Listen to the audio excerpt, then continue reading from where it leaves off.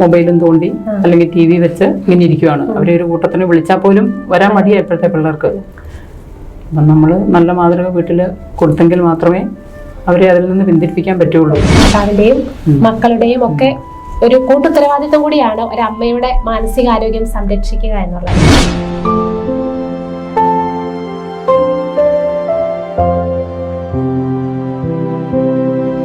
ഒരു അമ്മയുടെ സ്നേഹത്തെയും കരുതലിനെയും ഒക്കെ ലോകം അംഗീകരിക്കുന്ന ദിനമാണ് മാതൃദിനം. മാതൃത്വം എന്ന മഹാനിയോഗത്തെ, ഒരു മാന്ത്രിക നിയോഗത്തെ മനസ്സാന്നിധ്യം കൊണ്ടും സ്നേഹം കൊണ്ടും പ്രാർത്ഥന കൊണ്ടുമൊക്കെ നേരിട്ടിട്ടുള്ള ഒരുപാട് അമ്മമാര് നമുക്ക് ചുറ്റുമുണ്ട്. ഈ വർഷത്തെ നമ്മുടെ മാതൃദിനത്തിന്റെ സ്പെഷ്യൽ പ്രോഗ്രാമിലേക്ക് എല്ലാ പ്രേക്ഷകരെയും സ്നേഹപൂർവ്വം സ്വാഗതം ചെയ്യുന്നു.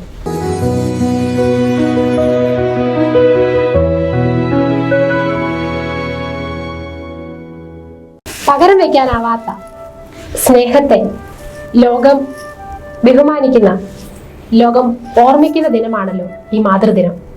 ഇന്നത്തെ മാതൃദിനത്തിന്റെ സ്പെഷ്യൽ പ്രോഗ്രാമിൽ നമ്മോട് കൂടെ ആയിരിക്കുന്നത് 37 വർഷത്തെ തന്റെ അധ്യാപന ജീവിതത്തിലൂടെ അനേകായിരം കുഞ്ഞുങ്ങളുടെ ഹൃദയങ്ങളിലേക്ക് അക്ഷര വെളിച്ചവും മൂല്യങ്ങളും വിശ്വാസ സ്ഥിരതയും ഒക്കെ പകർന്നു നൽകിയ നമ്മുടെ സ്വന്തം ജെസ്സി ടീച്ചറാണ്. ടീച്ചറിനെ ഇന്നത്തെ ഈ സ്പെഷ്യൽ പ്രോഗ്രാമിലേക്ക് സ്വാഗതം ചെയ്യുന്നു. ജെസ്സി ടീച്ചർ 35 വർഷം അധ്യാപന ജീവിതത്തിൽ ഉണ്ടായിരുന്നു എന്നാണ് ഞാൻ മനസ്സിലാക്കുന്നത്. ഈ ഒരു 35 വർഷത്തെ അധ്യാപന ജീവിതത്തിൽ ഒരു അധ്യാപിക എന്ന നിലയിലും ഒരു അമ്മ എന്ന നിലയിലുമുള്ള തന്റെ 2 റോളുകൾ വളരെ കൃത്യമായും ഭംഗിയായും നിർവഹിച്ച ഒരാളാണ്. എങ്ങനെയാണ് ഈ 2 റോളുകൾ ഒരേ സമയം ബാലൻസ് ചെയ്തു പോയത്? തീർച്ചയായും അത് ദൈവാനുഗ്രഹമായിട്ട് ഞാൻ കരുതുക. ദിവ്യബലിയിൽ നിന്നും കരുത്താർജിച്ചുകൊണ്ടാണ് ഞാൻ ദിവസവും പണി ആരംഭിക്കുന്നത്. അപ്പം എല്ലാ പണികൾക്കും കൃത്യനിഷ്ഠയോടെയുള്ള സമയം ക്രമീകരിച്ചുകൊണ്ട് ഓരോന്നിനും ഓരോ സമയം മാറ്റി വെച്ചുകൊണ്ട് ചെയ്തു.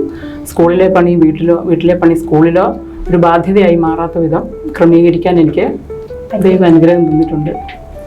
അത് രാവിലെ ദിവ്യബലിയിൽ പങ്കെടുത്തിട്ടാണ് ഞാൻ ഓരോ ദിവസവും ആരംഭിക്കുന്നത്. അതുതന്നെയാണ് എൻ്റെ ശക്തിയെന്ന് ഞാൻ ഉറച്ചു വിശ്വസിക്കുന്നു.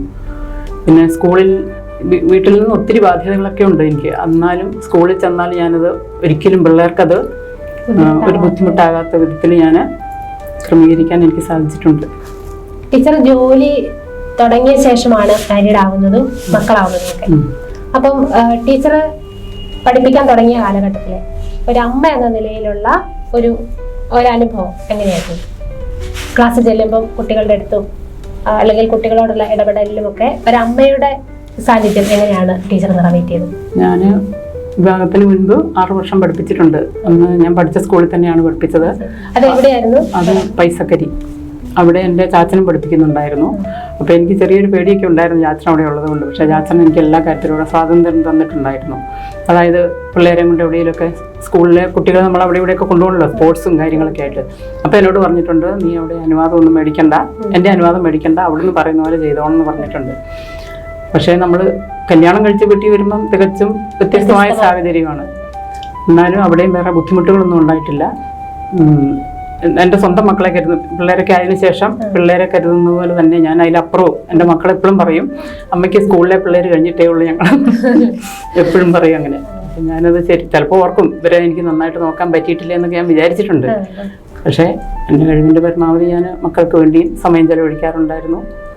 അതെ, ഒരേ സമയം വീട്ടിലെ കാര്യങ്ങൾ ചെയ്യുന്നതിനും അതുപോലെ ഒരു അമ്മയുടെ സാന്നിധ്യമായിട്ട് സ്കൂളിലെ കുഞ്ഞുങ്ങളുടെ മുൻപിൽ ഒരു അമ്മയായിരിക്കാനും ടീച്ചറിന് സാധിച്ചിട്ടുണ്ട്. ഇന്നത്തെ ഒരു കാലഘട്ടത്തിൽ നമുക്ക് വളരെ ഒരു മാതൃത്വം, അമ്മത്വം അല്ലെങ്കിൽ അമ്മയുടെ ഒരു നല്ല സാക്ഷ്യം മക്കൾക്ക് കൊടുക്കാൻ കഴിയാതെ പോകുന്ന ചില സാഹചര്യങ്ങളുണ്ട്.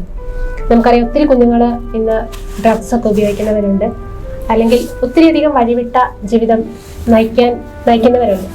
അതിലൊക്കെയും അമ്മമാരുടെ ഒരു മാതൃകയുടെ കുറവ് ഉണ്ടെന്ന് ടീച്ചറിന് തോന്നിയിട്ടുണ്ടോ? ഉണ്ട്. അമ്മമാരെന്ന് പറഞ്ഞാൽ അമ്മയാണ് ആ കുടുംബത്തിന്റെ വിളക്ക്. അതായത് അമ്മയുടെ ജീവിതമാണ് മക്കൾക്ക് പ്രചോദനമായിട്ട് മാറുന്നത്. അപ്പൊ അമ്മമാര് കൊടുക്കേണ്ട സമയത്ത് കൊടുക്കേണ്ടത് കൊടുത്തില്ലെങ്കിൽ ചിലപ്പോൾ അങ്ങനെയൊക്കെ സംഭവിക്കും. നമ്മൾ റീസെന്റ് ആയിട്ട് കേട്ടുകൊണ്ടിരിക്കുന്നതുണ്ടല്ലോ, അത് ഏറ്റവും അടുത്ത് നമ്മൾ കേട്ട നമ്മുടെ തൊട്ടടുത്ത് നടന്ന ഒരു സംഭവമാണ്. സ്വന്തം അമ്മയെ കഴുത്തറുത്ത് കൊന്ന ഒരു കുഞ്ഞിന്റെ കഥ. അപ്പൊ അതൊക്കെ സത്യത്തിൽ നമ്മുടെ നാട്ടിലേക്കും അല്ലെങ്കിൽ നമ്മുടെ വീടിനടുത്തേക്കും നമ്മുടെ തൊട്ടടുത്തേക്ക് നമ്മുടെ അയൽപക്കത്തേക്ക് വന്നു തുടങ്ങി അത്തരം സംഭവങ്ങളൊക്കെ. ഇതിലൊക്കെ എങ്ങനെയാണ് ഒരു അമ്മയ്ക്ക് അത്തരം കുഞ്ഞുങ്ങളെ സ്വാധീനിക്കാൻ കഴിയുന്നത്? പ്രസവിച്ചത് കൊണ്ട് മാത്രം ഒരു അമ്മയായി മാറുന്നില്ല. അവർക്ക് പിന്നെ നമുക്ക് സമ്പത്തും സുഖസൗകര്യങ്ങളൊക്കെ ഉണ്ടെങ്കിലും അവർക്ക് സ്നേഹവും കരുതലും ആവശ്യമുള്ള ഒരു ആധുനിക കാലഘട്ടത്തിലാണ് നാം ഇന്ന് ജീവിക്കുന്നത്. അപ്പോൾ അതാണ് അവർക്ക് വേണ്ടത്, അത് കൊടുക്കണം, അതവർക്ക് കൊടുത്തേ മതിയാവൂ. അതാണ് പ്രിയപ്പെട്ട പ്രേക്ഷകരെ, സത്യത്തിൽ ഇത് തന്നെയാണ് ഒരമ്മയുടെ സ്നേഹവും കരുതലുമാണ് സത്യത്തിൽ ഒരു കുഞ്ഞിനെ വളർത്തുന്നത്. അവന്റെ സ്വഭാവ രൂപീകരണത്തിലും അവന്റെ ബോധത്തിൽ അവൾ വളരുന്നതിനുമൊക്കെ ഒരമ്മയുടെ സാന്നിധ്യവും അമ്മയുടെ കരുതലുമാണ് ഏറ്റവും ആവശ്യം. ഈ മാതൃദിനത്തിന്റെ ഏറ്റവും വലിയൊരു സന്ദേശവും അത് തന്നെയാണ്. പ്രിയപ്പെട്ട ടീച്ചറിനോട് ഒരു കാര്യം ചോദിക്കാനുള്ളത്, ഇന്നത്തെ ഒരു ആധുനിക തലമുറയിൽ സ്വന്തം കരിയറിന് വേണ്ടി അല്ലെങ്കിൽ സ്വന്തം നേട്ടങ്ങൾക്ക് വേണ്ടി തൻ്റെ മാതൃത്വത്തെ ഇല്ലാതാക്കുന്ന അല്ലെങ്കിൽ മാതൃത്വത്തെ ഏറ്റെടുക്കുവാൻ തയ്യാറാവാത്ത ഒരു തലമുറയ്ക്ക് മുന്നിലാണ് നമ്മളുള്ളത്. അപ്പം മാതൃത്വം ഒരു ഭാരമായും ഒരു അസ്വസ്ഥതയുമായും ഒക്കെ മാറുന്ന ഒരു കാലഘട്ടത്തിൽ അങ്ങനെയുള്ളവരോട് ടീച്ചറിന് എന്താണ് ഒരു അഭിപ്രായം പറയാനുള്ളത്? തീർച്ചയായിട്ടും അവർക്ക് ഉത്തരവാദിത്തങ്ങൾ ഏറ്റെടുക്കാൻ ഇന്നത്തെ തലമുറ അല്ലാതെ മടിക്കുന്നുണ്ട്. അപ്പൊ എനിക്ക് തോന്നുന്നത് ചെറുപ്പം മുതലേ അവർക്ക് ഓരോരോ ഉത്തരവാദിത്തങ്ങൾ വീട്ടിൽ നിന്ന് അമ്മമാർ കൊടുക്കുവാണെങ്കിൽ അവർ ചെറിയ ചെറിയ ഉത്തരവാദിത്തങ്ങൾ ഏറ്റെടുത്ത് ഇതുപോലെയുള്ള വലിയ ഉത്തരവാദിത്തങ്ങളിലേക്ക് അങ്ങനെ വരുള്ളൂ. മാതൃത്വം എന്ന് പറയുന്നത് ഒരു വലിയ ഉത്തരവാദിത്തം തന്നെയാണല്ലോ. കുഞ്ഞുങ്ങളെ വളർത്തുക, നല്ല മാതൃകകൾ നൽകുക, നല്ല നിർദ്ദേശങ്ങൾ നൽകുക, എല്ലാത്തിനുപരിയായിട്ട് ഒരു അമ്മയുടെ നല്ല മാതൃക കൊടുക്കുക.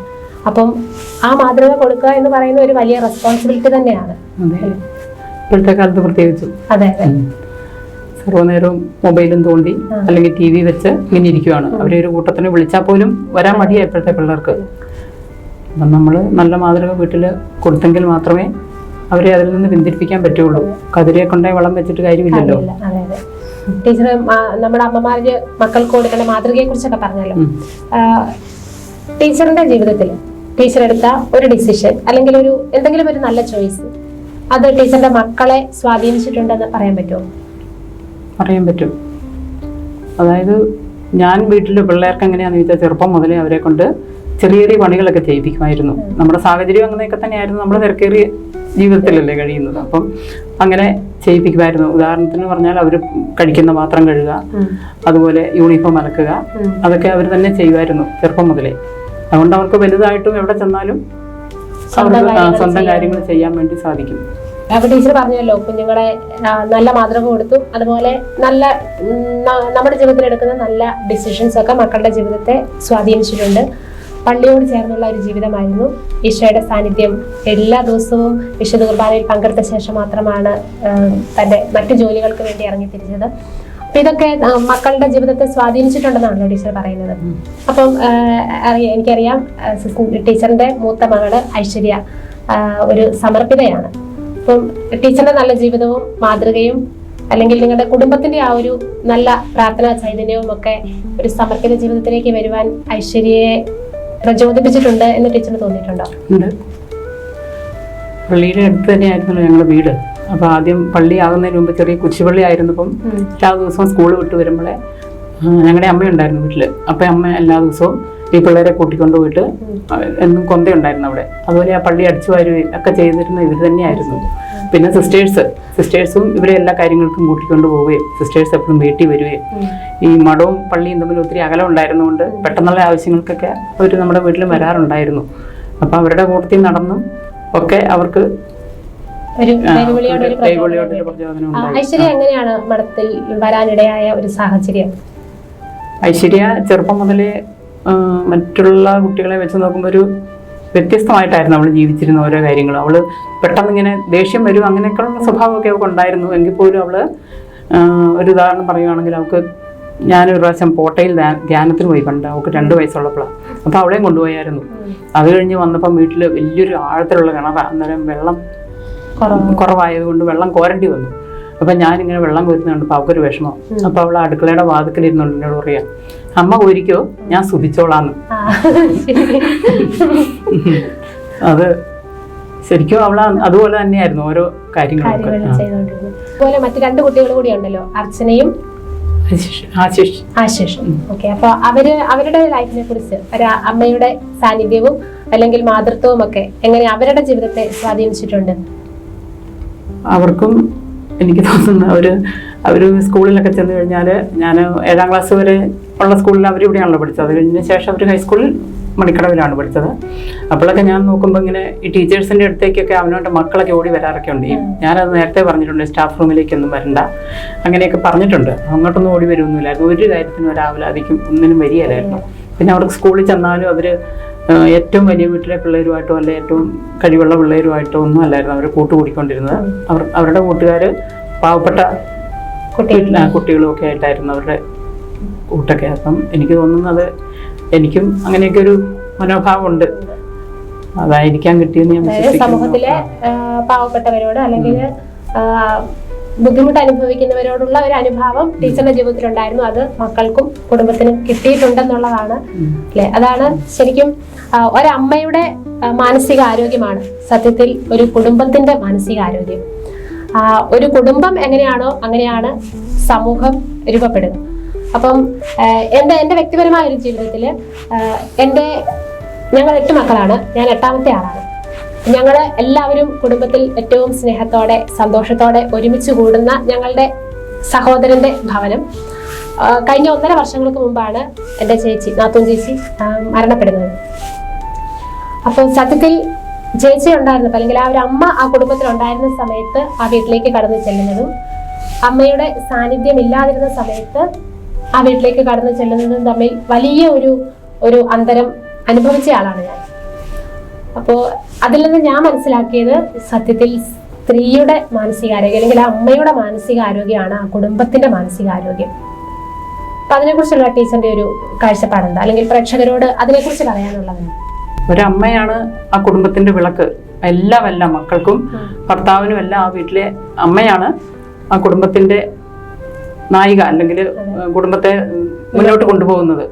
അപ്പോൾ ആ അമ്മയില്ലെങ്കിൽ തീർച്ചയായിട്ടും ആ കുടുംബം ഉറങ്ങിയതുപോലെയാകും. കുടുംബത്തിനത് സഹിക്കാൻ പറ്റിയില്ല അമ്മയില്ലാത്ത അവസ്ഥ. അമ്മയുടെ മാനസികാരോഗ്യം സംരക്ഷിക്കേണ്ടത് അവളുടെ മാത്രം ഒരു കടമയല്ലല്ലോ, അത് കുടുംബത്തിന്റെ മുഴുവനായിട്ടുള്ള ഒരു കടമയാണ്. ഭർത്താവിന്റെയും മക്കളുടെയും ഒക്കെ ഒരു കൂട്ടുത്തരവാദിത്വം കൂടിയാണ് ഒരു അമ്മയുടെ മാനസികാരോഗ്യം സംരക്ഷിക്കുക എന്നുള്ളത്.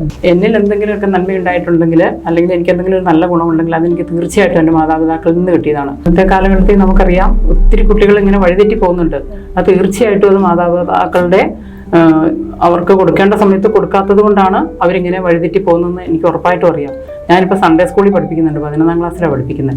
അപ്പോൾ ആ കുട്ടികൾ ഇങ്ങനെ ക്ലാസ്സിൽ വന്നിട്ട് ഒരു വെറുതെ ഇരിക്കും. അങ്ങനെ ഇത് എന്നെ ഇച്ചിരി ഒരു എന്തോ ഒരു പേടിയുണ്ടെന്ന് തോന്നുന്നു. അതുകൊണ്ട് ഇങ്ങനെ ഒച്ചയും ബഹളമൊന്നും ഉണ്ടാക്കിയാൽ അനങ്ങാതെ ഒന്നിങ്ങനെ ഇരിക്കും. അവർക്കൊന്നും വേണ്ട. അപ്പം നമ്മൾ അവരുടെ എന്തെങ്കിലും ഒരു കാര്യം മാതാപിതാക്കളോട് വിളിച്ച് പറയുകയാണെങ്കിൽ അവരും അതിനെ ന്യായീകരിക്കുകയുള്ളൂ. മാതാപിതാക്കള് മക്കളുടെ തെറ്റുകളെ ന്യായീകരിക്കുന്നതായിട്ടാണ് എനിക്ക് മനസ്സിലായിട്ടുള്ളത്. നമ്മുടെ മാതാപിതാക്കൾ മക്കളെ വളർത്തുമ്പോൾ ഏറ്റവും നല്ല ഒരു മോഡലായിട്ട് എനിക്ക് തോന്നിയിട്ടുള്ളത് മാതാവിന്റെ ജീവിതമാണ്, പരിശുദ്ധ അമ്മയുടെ ജീവിതമാണ്. മെയ് മാസത്തിൽ തന്നെയാണല്ലോ ഈ മാതൃദിനം നമ്മൾ ആഘോഷിക്കുന്നത്. തീർച്ചയായിട്ടും എല്ലാ മാതാപിതാക്കൾക്കും മക്കളെ വളർത്തുന്നതിൽ ഒരു നല്ല മാതൃകയായിട്ട് സ്വീകരിക്കാൻ പറ്റുന്നത് പരിശുദ്ധ അമ്മയെ തന്നെയാണ്.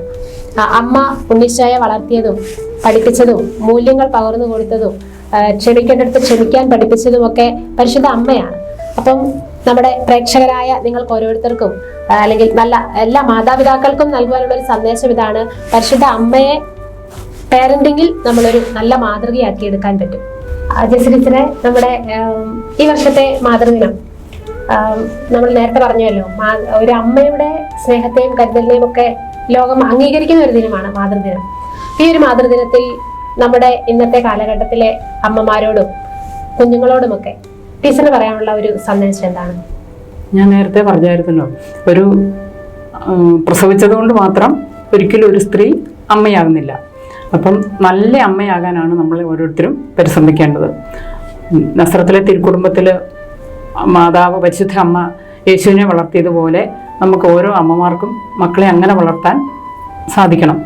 നമ്മുടെ മക്കളെ മറ്റു കുട്ടികളുമായിട്ട് താരതമ്യം ചെയ്യാതെ, അവരെ വിജയത്തിലെത്തിക്കാൻ മാത്രം പരിശ്രമിക്കാതെ നല്ല മക്കളായി വളർത്താനുള്ള ശ്രമമാണ് നമ്മൾ ഓരോരുത്തരും നടത്തേണ്ടതെന്നാണ് എനിക്ക് ഈ മാതൃദിനത്തിൽ നിങ്ങൾ ഓരോരുത്തരോടും പറയാനുള്ളത്. അതെ, ജെസ്സി ടീച്ചർ പറഞ്ഞതുപോലെ എങ്ങനെ വിജയത്തെ ഏറ്റെടുക്കണമെന്ന് മാത്രമല്ല, ഒരു പരാജയം വന്നാൽ അതിനെ കൂടി എങ്ങനെ ഏറ്റെടുക്കണം എന്ന് ഇന്നത്തെ തലമുറയ്ക്ക് പറഞ്ഞു കൊടുക്കേണ്ടതും കൂടി ഒരു അമ്മയുടെ കടമയാണ്. അപ്പം നല്ല മാതൃത്വം, നല്ല മാതൃദിനം എല്ലാവർക്കും ആശംസിക്കുന്നു. ഇത്രയധികം തിരക്കുകൾക്കിടയിലും ഇന്നത്തെ മാതൃദിനത്തിന്റെ സ്പെഷ്യൽ പ്രോഗ്രാമിലേക്ക് കടന്നു വന്ന തന്റെ സന്ദേശങ്ങളും അനുഭവങ്ങളും ഒക്കെ പങ്കുവെച്ച പ്രിയപ്പെട്ട ജെസ്സി ടീച്ചറിന് CMC വിഷന്റെ പേരിലുള്ള നന്ദി ഏറ്റവും സ്നേഹത്തോടെ അറിയിക്കുന്നു.